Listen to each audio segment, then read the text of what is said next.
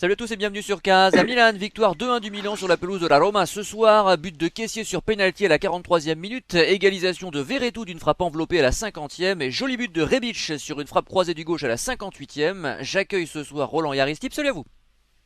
Salut. Alors Roland qui vient toujours nous voir lorsque le Milan joue avec le maillot bleu. Milan renoue donc enfin avec la victoire. Il était temps. Comment as-tu vécu cette rencontre? Moi, je m'attendais pas à ce résultat. J'étais assez sceptique sur notre prestation de ce soir, parce que la Roma est quand même une équipe qui était sur une bonne dynamique depuis quelques temps, hein, contrairement à la nôtre. Et j'ai trouvé que on avait vraiment abordé le match avec un bon état d'esprit qu'on ne voyait plus ces dernières semaines. On est tout de suite allé vers l'avant, alors que depuis quelques temps, on attendait bien une demi-heure pour toucher le ballon. Donc meilleur état d'esprit et ça s'est vu tout de suite. Bon, il y a eu des ratés, il y a eu des buts refusés pour hors-jeu, plus ou moins justifiés, mais globalement satisfait de l'état d'esprit affiché qui est bien loin de ce qu'on voyait ces derniers temps. Et je trouve que même dans le jeu, on a été plus efficace. Il y avait beaucoup plus d'idées, alors que depuis quelques temps, on avait vraiment l'impression d'être à l'arrêt, d'être en panne d'inspiration. Là, j'ai trouvé qu'on était vraiment. Les choix étaient pertinents, le jeu était pertinent. Et on a bien été aidé aussi par la Roma, qui est assez coutumière du fait de mettre son adversaire dans de bonnes dispositions. Elle a su aussi être dangereuse, mais nous, derrière, on a bien répondu présent et Donnarumma a fait encore un très bon match. Donc, très positif et c'est vraiment à se demander ce qui s'est passé voilà, les dernières semaines. Comment on avait pu être comme ça aussi mal pendant quelques temps et à nouveau pouvoir faire une prestation vraiment intéressante contre un adversaire direct pour les quatre premières places. À noter que ça coïncide avec un retour en forme de Rebic qu'on n'avait pas vu comme ça depuis très très longtemps. C'est vrai. C'est vrai Aristide que les 15 premières minutes ont été totalement milanaises. On mérite clairement cette victoire, on va pas se mentir, mais c'est vrai qu'après ça s'est un petit peu équilibré, il y a eu des occasions des deux côtés, il y a deux buts refusés côté milanais, un but refusé côté Roma, il y a également trois blessures côté milanais, encore les blessés, je sais que tu en parles très souvent. Qu'as-tu pensé de cette rencontre? Comme tu l'as dit, c'est vrai que les 15 premières minutes, et puis là, je vais reprendre ce qu'a dit Roland, on est rentré dedans tambour battant et ça faisait du bien parce que ces derniers matchs, que ce soit contre l'Inter ou Braga, on avait tendance à ronronner dès le début.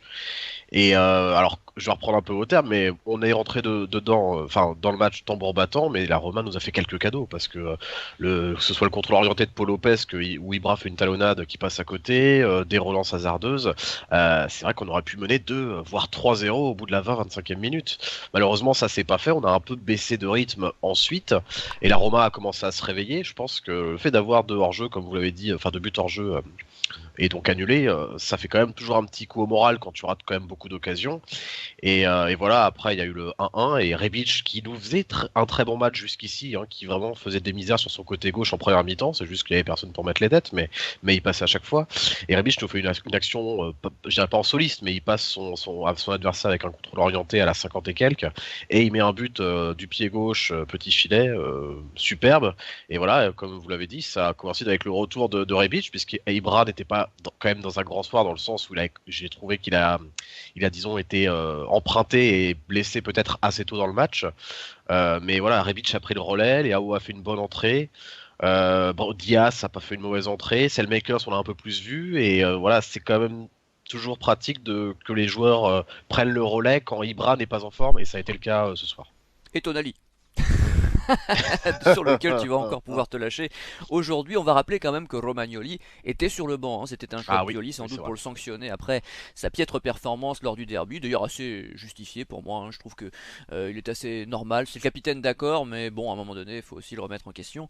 Roland, surpris déjà par ce choix de mettre Romagnoli sur le banc, partages-tu mon opinion? Puis surtout, as-tu quelque chose à ajouter sur l'ensemble de la rencontre? Alors concernant Romagnoli, moi je salue déjà la décision de Pioli parce que je pense que depuis l'arrivée de Pioli en octobre 2019, c'est la première fois qu'il fait un choix. Euh, c'est peut-être un peu méchant avec lui, mais disons que jusqu'à présent, je pense que c'était pas très difficile de faire les compositions pour le Milan, hein, puisque on n'a jamais eu un banc hyper profond, et quand tous les titulaires sont là, c'est vite vu. Et puis quand il y a beaucoup de blessés, on met ceux qui restent. Là, c'est la première fois qu'il n'y avait pas urgence en défense. Si je me trompe pas, tout le monde est là, même Gabia qui doit plus être blessé. Oui. Donc on avait Kier, Romagnoli, Gabia, Tomori et Kalulu disponibles en défense centrale, et c'est la première fois que Pioli fait un vrai choix de composition. Donc je salue cette décision, notamment, et puis aussi lié au fait que sportivement, effectivement, ça se justifie. Il n'y a rien à dire là-dessus. Romagnoli avait fait un début de saison moyen, si ce n'est médiocre. Était revenu à un niveau tout à fait correct en décembre, janvier, jusqu'à fin janvier, on va dire. Mais alors, depuis quelques matchs, c'était vraiment cataclysmique. Et bon, au bout d'un moment, c'est pas parce qu'on est capitaine qu'on est intouchable. Donc, bonne décision, et qui a payé ce soir, puisque je pense qu'effectivement, Tomori, sur ce qu'il avait montré, déjà méritait d'avoir sa chance aussi en tant que titulaire. J'ai trouvé que Kier a même été meilleur que ces derniers temps, parce que, alors certes, Romagnoli n'était vraiment pas bon, mais Kier à côté n'était plus aussi bon qu'auparavant, et on le voyait souvent être un peu cuit physiquement. Ce soir, ça allait mieux, donc tant mieux. Sur la rencontre en elle-même, moi je suis vraiment satisfait. Autant le résultat est important évidemment, mais moi je suis vraiment satisfait de l'état d'esprit. Je le disais déjà lors de ma première intervention, mais c'est vrai que on a senti les joueurs à des années-lumière de l'attitude qu'ils avaient par exemple contre la Spezia, où tout de suite c'était la tête baissée, sans parler du derby. Donc vraiment, je suis satisfait, et bon, j'espère simplement que la période qu'on a connue sur ces dernières semaines n'était qu'une simple période, et qu'on va retrouver un peu plus l'état d'esprit et le niveau qu'on affichait avant cette sombre période. Voilà. Aristide, as-tu quelque chose à ajouter? Et puis, pour reprendre les perspectives que nous dessine, que trace Roland, eh bien, penses-tu que les trois blessures dont nous avons été témoins ce soir peuvent être préjudiciables dans les semaines qui viennent? Ah oui, complètement. Les blessures, honnêtement, surtout que c'est trois blessures qui semblent être musculaires, que ce soit Akan, Ibra ou encore Rebic. Il se tenait l'adducteur, etc. Donc oui, je serais pas étonné qu'on en ait pour encore 2-3 semaines pour chacun d'entre eux. Ce qui me désole un peu, c'est que là on enchaîne directement mercredi avec l'Udinese. Et là on perd Rebic qui revient en forme, on perd quand même Ibra qui est notre référence en pointe. Et puis ça veut dire qu'on va pas faire tourner pendant quelques temps. Donc moi je pense que ça nous sera c'est même pas que ça peut nous être préjudiciable, c'est que ça le sera. Parce que là on perd quand même sûrement 3 joueurs pour quelques temps. Donc ça peut faire mal. Et sinon pour en revenir sur Romagnoli, c'est vrai ça aurait pu être mon introduction dès le début, mais oui, c'est un petit événement quand même ce qui s'est passé avec la composition de Pioli à 20h, avec effectivement la mise sur le banc du Capitano. Bon, je pense que ça peut lui faire que du bien, dans le sens où que ce soit le fait qu'il soit capitaine ou blessé ou en méforme ou autre. C'est vrai qu'il était pas bien ces derniers temps, excepté quelques matchs où il était un peu plus rassurant, mais ça reste quand même une saison compliquée pour lui. Et après, je pense que ça peut le faire revenir, du moins peut-être qu'il pourra retrouver un peu la confiance en étant un peu plus, disons, mis dans l'ombre et pas sous la lumière des projecteurs comme il a été face à Lukaku. Je pense que ça lui a vraiment fait du mal. Et enfin, par contre, je suis un peu plus surpris que ce soit Tomori qui ait pris sa place. Alors, c'est pas un choix, c'est un choix discutable, hein, pourquoi pas. Après, Tomori, c'est quand même un joueur qu'on n'a pas, hein, finalement, qui est juste en pré-sec, alors que Kalulu et Gabia, on les a. Surtout que Kalulu a fait des matchs plus que corrects, même s'il faisait effectivement quelques erreurs. Gabia a aussi joué pas mal de temps, hein, quand Jair était blessé en début de saison. Et ma foi, certains lui tapent dessus, mais moi j'ai trouvé qu'il faisait quand même ses matchs. Donc là, je suis peut-être un peu surpris que Tomori s'impose si vite devant Kalulu et Gabia, alors que ceux-ci ont fait quand même quelques matchs avant, quoi. Roland, une réaction? Oui, par rapport à ça, je pense aussi que Pioli a voulu mettre Tomori parce que Tomori, sur ses entrées récentes, avait été intéressant. Donc peut-être qu'il voulait lui donner un peu de continuité, si on veut, dans ses performances. Mais Oui, je entretenir suis la d'accord dynamique, oui. avec toi. Ouais, voilà, exactement.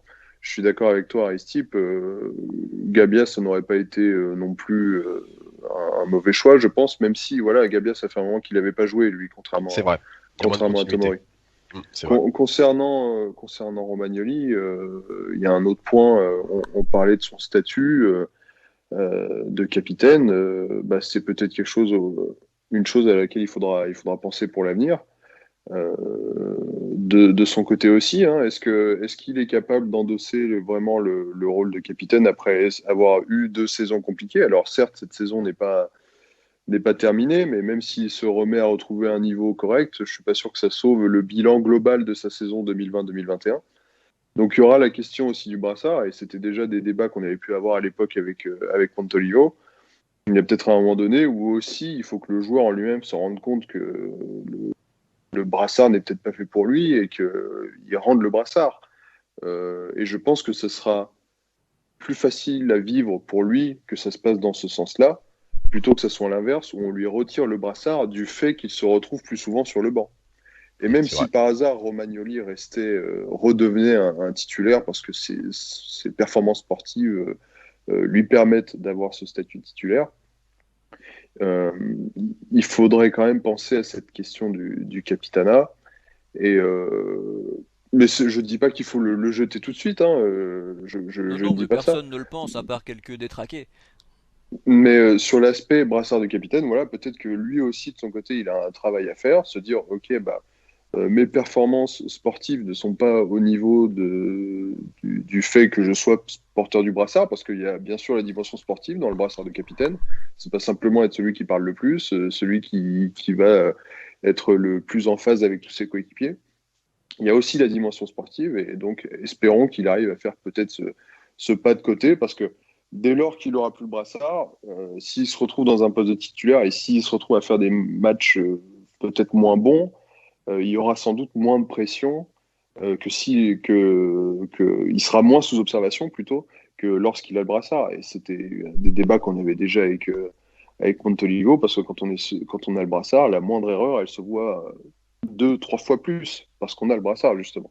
Donc il y aura aussi ces discussions à avoir, mais en tout cas, je pense que c'est bénéfique à l'heure actuelle de mettre Tomori, puisqu'il est sur une dynamique qui est relativement positive, c'est ce qu'il nous a montré depuis son arrivée. Et comme ça permet peut-être à Romagnoli de se recaser, de se remettre un peu les idées en place. Mais il faut aussi que derrière le collectif suive, parce que sortir comme ça ton capitaine qui est titulaire et le mettre sur le banc, c'est aussi le meilleur moyen pour le flinguer. Donc il faut aussi que l'environnement soit positif autour de tout ça. On passe à l'homme du match côté milanais, Aristip. Au niveau de l'homme du match, mon cœur dirait Rebic, mais ce serait pas objectif. Et je dois être objectif, donc je mettrais quand même Kessié. Je mettrais Kessié parce que Kessié, il a encore été bon de la première à la dernière minute. À part peut-être une perte de balle en première mi-temps, j'ai noté beaucoup de récupération. J'ai noté aussi des percées, les fameuses percées de Théo Hernandez. Là, c'était Kessié qui nous les faisait. Et il a fait une super percée à la 33e, à la 81e, à la 85e. Et à chaque fois, il gardait le ballon. Des fois, il pouvait percer sur 30-40 mètres le terrain tout seul en esquivant 3, 4, 5 Romains. Voilà, à part une perte de balle à la 37e que j'ai noté dangereuse sur une passe en retrait, et au moment où il glisse sur Mkhitaryan, où il est quasiment dernier défenseur, et Mkhitaryan fait une super feinte, et il glisse, heureusement qu'Mkhitaryan l'envoie du gauche au-dessus. Mais le reste, franchement, encore un match, mais quasiment parfait de l'Ivoirien. J'ai pas grand-chose à lui reprocher, je suis pas sûr que... Pareil, hein, je suis pas sûr que sans Kessié on tienne à 2-1 ce match, mais voilà, très bon match de Kessié ce soir. Roland. Tout dépend. Est-ce que c'est les choix du cœur ou est-ce que je dois être raisonnable et objectif comme Aristide? Bah, d'après toi, quel est le meilleur joueur? Tu peux parler de la bonne surprise ensuite, mais le meilleur joueur Ah, milanais, d'après toi, qui est-ce? si on. Allez, je vais dire Rebic pour contrecarrer Aristide. Je vais dire Rebic. Au début, quand j'ai vu les 20 premières minutes, je me suis dit, je sais que je fais l'émission après le match. Rebic, ça sera sans doute ce que je vais mettre dans la bonne surprise. Parce que ces derniers temps, Rebic, c'était quand même compliqué. Faut pas se le cacher. Et là, vraiment, ce soir, je l'ai trouvé bon. Alors peut-être trop altruiste sur sur le but hors jeu d'Ibrahimovic en tout début de match. Mais j'ai trouvé finalement le Rebic qu'on connaissait avant sa blessure au coude du début de saison. Hyper pertinent dans ses choix, très rapide vers l'avant. Enfin, Moi, j'ai beaucoup aimé son match et son but est super parce qu'on le voit là, c'est une passe de Saelmaker, si je me trompe pas. Et il fait cette feinte de corps après sans mener le ballon dans l'autre sens. Et c'est cette feinte de corps qui permet justement, qui fait que c'est Mancini, je crois, qui défendait sur lui, qui va vraiment vers l'intérieur, vers l'axe plutôt. Donc c'est hyper bien joué. La frappe est super. Le but nous permet d'avoir la victoire. Donc effectivement, moi je pense que c'est le joueur du match de l'autre côté parce que il nous a fait il a vraiment tenu le front de l'attaque parce que j'ai trouvé qu'en première période, Selmaker c'était très discret. Çalhanoğlu, on en parlera plus tard, et Ibrahimovic, je l'ai trouvé assez poussif aussi. Mais effectivement, le choix d'Aristide sur Kessié est tout à fait logique, et on peut même rajouter que Kessié a mis le premier but et a Alors, encore réussi un penalty. réaction d'Aristip sur Rebic, et puis du coup Aristip tu enchaîneras avec ta bonne surprise de la soirée. Ok. Oui, j'avais presque oublié effectivement, merci de le rappeler, Roland, Rebic, pardon, que Kessie avait mis le but, tellement j'étais omnublé par le reste de son match. Mais ouais, effectivement, je voulais juste rajouter quelque chose sur Rebic que Roland a énoncé et qui me paraît mais tellement vrai et tellement pertinent, c'est quand il dit que au bout des 20 premières minutes, tu sentais que Rebic, il allait passer dans les tops. En gros, c'est ce que t'as plus ou moins dit, Roland. Et ça m'a fait sourire parce que c'est tellement vrai. Rebic, c'est quelqu'un, tu sens tout de suite, mais vraiment tout de suite, au bout des quelques minutes, s'il est dans son match. Il peut te rater 3-4 contrôles d'affilée, il peut être énervé, tu sais direct que pendant tout le match ça va être ça. Et c'est vrai que Rebic c'est quelqu'un de très très lisible. Dès le début de match, tu sais à peu près s'il va être dedans. Et quand tu vois le match qu'il nous a fait jeudi, qui était vraiment horrible en Europa League, et dès le début, je me suis dit qu'il allait faire un match horrible au quelques minutes. Là, ce que Roland dit on a senti qu'il allait faire un bon match, mais c'est tellement vrai quoi. Et au niveau du coup de la bonne surprise, eh ben, je vais mettre Tomori. Je vais mettre Tomori parce que j'aurais pu mettre Rebic. Alors j'ai hésité à mettre Rebic aussi dans les surprises, mais je suis très content de le revoir à ce niveau-là. Mais je vais mettre Tomori parce que voilà, quand même il remplaçait le Capitano ce soir. Donc les lumières étaient un peu braquées sur lui et je trouve qu'il a quand même assuré pour quelqu'un qui a finalement pas tant d'expérience déjà au niveau footballistique, puisqu'il il a pas non plus fait une centaine de matchs à Chelsea et il a pas non plus une grande expérience en Serie A. Donc je trouve qu'il a quand même bien tenu la baraque et c'est une bonne surprise pour moi. Roland. Moi, pas vraiment de bonne surprise, même si effectivement le choix de Tomori est pertinent, mais simplement souligner le bon match de Donnarumma, qui a bien répondu présent, bon, qui peut pas grand-chose sur le but de Veretout. Sinon, à part ça, Donnarumma fait encore un très bon match, beaucoup d'arrêts, même sur le hors-jeu en deuxième période, je sais plus qui est le joueur romain, mais il rate un peu sa sortie et puis il glisse, et je me dis, oh là là là là. Ouais. Ouais, ouais. Et il arrive encore à se redresser et à la sortir, bon, un peu sauf qu'il peut, mais il arrive à la sortir. Bon, il y avait un jeu, mais c'est déjà ça.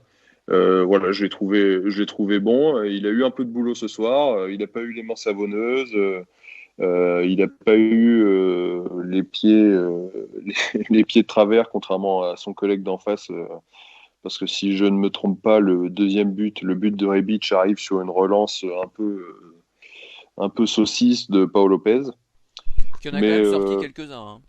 oui, oui, aussi, oui, oui, il a pas été mauvais, hein, mais voilà, la relance sa relance ratée amène le deuxième but. Et donc voilà, bon match de Donnarumma, même si d'un point de vue plus personnel, le voir avec le brassard de capitaine, ça me pique toujours autant. Ah Voilà. bah ça je peux te comprendre, et c'est sûr qu'il y a des arguments contre. Aristide, quelle est ta mauvaise surprise? Je la connais déjà, mais c'est pour la forme. Bah écoute, non, pas forcément. Je vais mettre, tu vois, je vais te surprendre, je vais mettre Hakan Çalhanoğlu. Ah, Non. Eh si, c'est Bah si. fou, remarque, il c'est a été fou. mauvais aussi, oui. Bah oui, oui, oui, il a pas été bon. J'aurais Mais pu c'est mettre pas la première Tonali, mais fois, hein. bon. Bah non, je trouve que Hakan, effectivement, depuis qu'il a eu le Covid, ou je ne sais ce qu'il a eu il y a un mois et demi, peut-être 2 mois, je dirais, je dirais début janvier. Ouais, je le trouve très poussif. Hein. C'est pas son premier match où il est quand même très compliqué. Je trouve il y a pas beaucoup de courses. Il récupère très peu de ballons, il se propose moins, et surtout il reglisse beaucoup. Alors ça, on a retrouvé le Hakan Çalhanoğlu de 2017 qui n'arrêtait pas de glisser, et là je trouve qu'il glisse beaucoup en ce moment. Contre la Spezia, il avait fait Il avait fait, je sais pas, un florilège de glissade aussi. Non, franchement, Hakan Çalhanoğlu, très mauvais match. Il sort à la 49e, je crois, à la place de. C'est Diaz qui le remplace parce qu'il a une petite gêne. Voilà, donc mauvais match de Çalhanoğlu. Tonali aurait pu y figurer, mais je trouve qu'il a quand même fait plus de. Il a fait des mauvaises choses, hein, Tonali évidemment. Mais il a quand même fait des bonnes choses sur ce match. Alors après, il est un peu laxiste sur le marquage de Verretou sur son tir à la 50e qui donne l'égalisation. Mais voilà, je vais un peu plus taper sur Hakan parce que j'en attends plus. Déjà, ça fait plus longtemps qu'il est là et puis parce qu'il a vraiment fait que des mauvaises choses en première mi-temps. Roland. Je rejoins Aristide, hein. Moi, c'est Çalhanoğlu. On a passé la première période à 10. Franchement, c'est pour ça que j'étais d'autant plus surpris et agréablement surpris par ce qu'on proposait en étant à 10. Il était pas dans le rythme, mais non, il était même pas là en fait. Et vraiment, du mal à le cerner. Effectivement, il y a eu cette histoire de Covid qui, alors je sais plus s'il était asymptomatique ou pas, mais s'il a vraiment été malade, ça joue peut-être aussi au niveau du souffle, du rythme, j'en sais rien. Mais en tout cas, il a vraiment pas été bon ce soir. Et moi qui ne suis pas un grand fan de Diaz, je trouve qu'on a quand même vu la différence en deuxième période quand Diaz était rentré. Voilà, rien de plus à ajouter sur le Turc. J'ai hésité un petit moment avec Calabria quand même, qui a passé une mauvaise soirée, j'ai trouvé, face à Spinazzola, qui l'a beaucoup baladé, mais il s'est bien repris en deuxième période, donc ça l'a un peu sauvé. Et Tonali, j'aurais pu le mettre dans la bonne surprise parce que j'ai trouvé qu'il y avait des moments où où il faisait des choses intéressantes. Mais bon, voilà, c'est un autre débat. Dans les chaumières. Même moi, je l'ai pas trouvé Je ne veux pas lancer Aristide sur ce sujet. Mais malheureusement, il est un peu à la ramasse sur le but de Verretou. Mais en première période, il y a un moment où il se jette Ah oui. pour sauver, je sais plus quelle action là. Je crois que c'est Verretou ou Pellegrini, je sais plus, qui est face à Donnarumma. Pellegrini, ouais. Voilà, et Tonali se jette, effectivement, il sauve un but. Non, mais ce qui était assez frustrant, c'est qu'il avait très bien démarré son match. Je le trouvais présent aux avant-postes, je le trouvais physiquement au point, je trouvais qu'il défendait pas mal. Et puis il a raté 3 passes, mais facile. Une le long de la ligne de touche. À un moment donné, il donne directement à l'adversaire. Je me dis, saute de concentration, c'est pas pardonnable parce qu'on sait tous que c'est pas un problème technique, c'est un problème mental. Ça fait longtemps qu'on dit ça. Et c'est vrai qu'en deuxième mi-temps, il a totalement disparu. On l'a presque pas vu, donc j'étais très déçu par son match. Bon, genre pareil, c'est aussi comme ça qu'on apprend. Hein. Mais contrairement aux dernières rencontres où il a joué, je trouve que cette fois, il s'est pas caché. Il s'est pas mis derrière les milieux adverses en tournant un peu vaguement autour du rond central. Là, il se proposait aussi bien à la relance que devant, où il apportait aussi des solutions. Je trouve qu'on l'a beaucoup vu près de la surface adverse. Mais c'est peut-être pour ça qu'en deuxième mi-temps, il était exténué. C'est qu'il a peut-être plus l'énergie, je ne sais pas. Il a peut-être trop donné à force de faire des allers-retours. Peut-être. Qu'il n'a peut-être pas l'habitude de faire. Enfin, j'ai l'impression que ça devient un peu la marque de fabrique de Tonali, c'est que il y a un peu à boire et à manger, comme on dit. Il peut vraiment avoir des phases de 5-10 minutes où il va être vraiment très bon, et alors derrière enchaîner les passes, je sais pas, il regarde pas où il fait la passe, mais bon, bref, voilà. Aristide, une réaction? Ouais, une petite réaction sur Tonali. C'est vrai que ce que vous dites est assez juste dans le sens où parfois il peut faire des choses assez compliquées et les réussir assez facilement. Et puis rater ce qui suit, alors que c'est tout simple, quoi. Parfois il sort du pressing des adversaires, des milieux adverses, tu te dis waouh, il y a quelque chose, et ensuite il va te rater, alors qu'il il est sorti du pressing, il va te rater une passe à 5 mètres parce qu'il te la met trop en arrière ou trop en avant.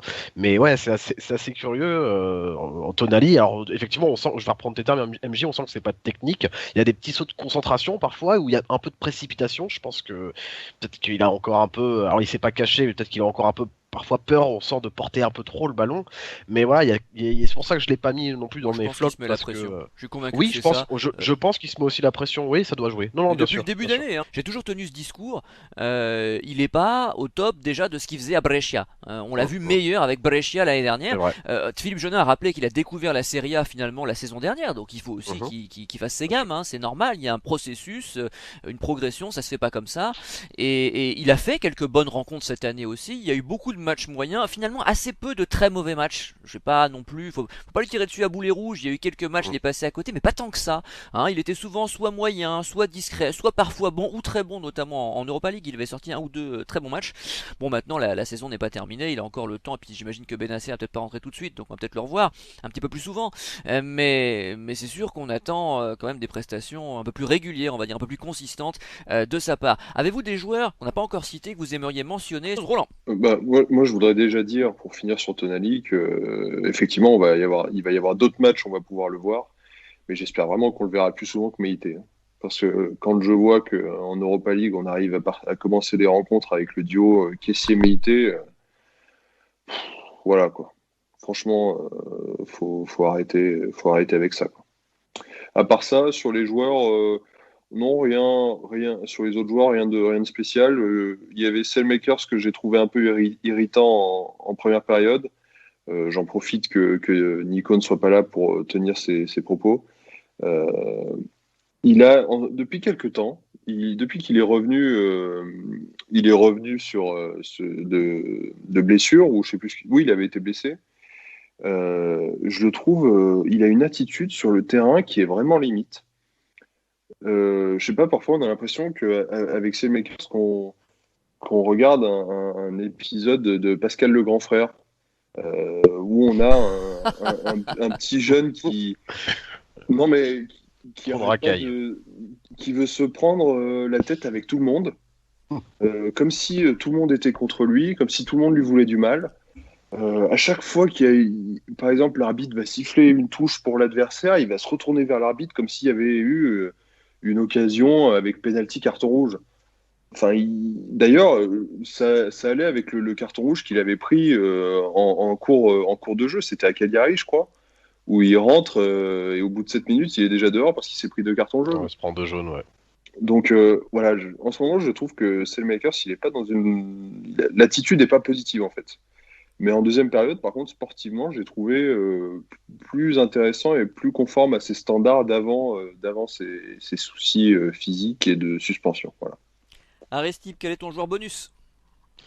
Moi, je voulais parler d'Ibra que j'ai pas trouvé dedans du tout, même lorsqu'il n'était pas blessé, parce qu'il se blesse pour moi en fin de première mi-temps. Mais je veux dire, sur l'action, franchement, sur l'action de la 10e minute où Rebic peut frapper, il est tout seul, il choisit de la remettre à Ibra pour assurer le 1v1 face au gardien et que tu vois qu'Ibra est hors jeu.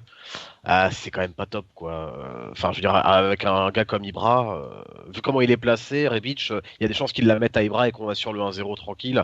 Et Ibra, il se place mal, quoi. Je veux dire, il se met en position de hors-jeu. Alors, il y a pas un, il y a quoi? Il y a deux chaussures ou 3 chaussures hors-jeu. Hein. Il y a 15 cm, mais enfin bon, 20 cm. Mais c'est quand même, c'est dommage pour un joueur j'ai envie de dire, de cette expérience d'avoir des hors-jeux aussi bêtes. Et c'est vrai que je l'ai pas trouvé en forme, moi, Ibra, mais bon, ça va qu'il y avait d'autres joueurs qui ont pris le relais. Et pour Sailmakers, effectivement, je trouve qu'il s'énerve un peu trop vite en ce moment. Mais voilà, je voulais souligner quand même son match parce que si Calabria a pas fait un très grand match comme l'a souligné Roland, je pense que Sailmakers l'a quand même beaucoup aidé aujourd'hui défensivement. Nous passons au mot de la fin avec Roland. Je vais profiter de mon mot de la fin et pour rebondir sur ce que disait Aristide, puisque je voulais parler d'Ibrahimovic et cette histoire de festival de San Remo. Qui arrive cette semaine en Italie. Donc le festival de San Remo, c'est toujours un événement, ça dure plus ou moins toute la semaine, c'est retransmis tous les soirs sur la Rai, enfin bref, c'est toujours un truc qui fait beaucoup parler en Italie. Et que le club accepte de laisser Ibrahimovic aller là-bas 3 ou 4 soirs dans la semaine, sachant qu'on jouait la Roma ce soir, qu'on joue l'Udinese mercredi, et qu'on affronte le Hellas, si je ne me trompe pas, dimanche prochain, je trouve ça scandaleux de faire ça, enfin de laisser faire ça. Alors ce joueur a beau être la star de ton équipe, il n'est pas au-dessus du reste de ses collègues. Surtout qu'on sait que Ibrahimovic a 40 ans, que physiquement c'est loin d'être sa meilleure saison. Hein. Il a été beaucoup blessé et ce soir il sort blessé, hein, encore musculairement. Je trouve ça profondément ridicule de laisser faire ça, mais quel message tu envoies aux adversaires, mais même aux autres joueurs de l'effectif. T'imagines les AO? Non, mais c'est ridicule. C'est ridicule. Cette semaine, dans la 4-7, il y a eu son planning, mais c'est son planning de la semaine. Alors, il part de Rome, demain il est à San Remo, il s'entraîne tout seul avec un coach, je sais pas trop quoi, le soir à la télé, le lendemain, il va être loin de l'équipe toute la semaine, il va rejoindre l'équipe directement pour jouer contre l'Udinese mercredi, après il repart, enfin, c'est proprement ridicule. Alors, tous ceux qui défendent ça disent, mais oui, il y en a d'autres qui l'ont fait. L'an passé, il y avait Ronaldo, d'accord, mais c'est pas parce que les autres le font qu'il faut qu'on le fasse. Surtout que je répète que Ibrahimovic, c'est voilà, 40 ans, peut-être plus de difficultés à récupérer. Et si ce soir il se blesse, il va encore y aller. Demain, il va pas être aux soins. Il va être à la télé en train de faire le guignol en costume pour chanter avec je ne sais qui. Bref, moi ça m'énerve et c'est vraiment le message que ça envoie aux autres. Et comme tu le disais, MJ, si c'est Léao ou n'importe quel autre joueur qui fait ça, mais il se fait pourrir à juste titre. Imaginons que Romagnoli fasse ça en plus actuellement, histoire de rajouter à l'ambiance. Enfin, bref, moi je trouve ça très limite et j'espère que ça se reproduira pas trop à l'avenir parce que là, on fait des passes droits qui n'ont, à mon sens, aucun intérêt. Aristip. Et pour mon mot de la fin, pardon, une fois n'est pas coutume, je vais parler des clubs de Serie A en Europe et des Ah, résultats de cette bien. semaine. Il y a eu 2 matchs cette semaine de Champions League en tout cas et 3 matchs d'Europa League. Pour les matchs de Champions League, il y a l'Atalanta qui affrontait le Real et la Lazio qui affrontait le Bayern Munich. Donc 2 tirages quand même très compliqués à ce stade de la compétition. Alors l'Atalanta a perdu 1-0 face au Real tout en étant réduite à 10 contre 11 au bout de la 20 ou 25e minute je crois, même pas 20. Je crois que c'est Toloi qui se fait exclure. L'arbitrage a vraiment été très compliqué, très difficile pour l'Atalanta qui non seulement il y a Toloi, je crois, elle se prend un rouge direct, mais ensuite le Real aurait pu être à 10 aussi plusieurs fois et l'arbitre n'en a pas tenu compte. Et enfin, donc voilà, l'Atalanta garde ses chances pour le match retour. Il y a que 1-0, mais bon, c'est pas quand même une belle entrée. Et par contre, la Lazio s'est fait complètement ravager, si je puis dire, par le Bayern, puisque la Lazio a perdu 4-1.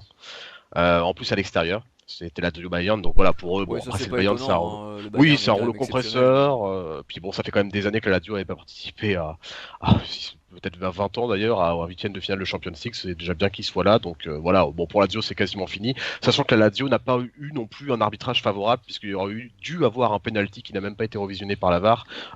Pour moi à 1-0 non 1-0, ouais c'est ça, alors que le Bayern menait 1-0. Donc ce que je voulais dire, c'est qu'entre la Juve, où il devait avoir un penalty aussi à la dernière minute, la Lazio et l'Atalanta, je trouve que les clubs italiens n'ont pas du tout été gâtés par l'arbitrage cette semaine. Et enfin, en Europa League, bon, je vais passer vite, mais voilà, comme vous le savez, le Milan s'est qualifié, la Roma s'est aussi qualifiée, par contre, le Napoli est éliminé. Donc voilà, ils sont pas qualifiés pour le tour suivant, c'est quand même un peu triste pour le Napoli, mais voilà, on fait quand même un mauvais début de parcours en élimination directe parce que voilà, en Champions League, il y a quand même 3 défaites sur 3 pour l'instant au match aller, donc ça va être compliqué pour les clubs italiens au match retour. Bien, nous nous retrouverons si tout va bien mercredi soir pour Milan Udinese. Bonne soirée, à mercredi. Salut! Ciao! Ciao.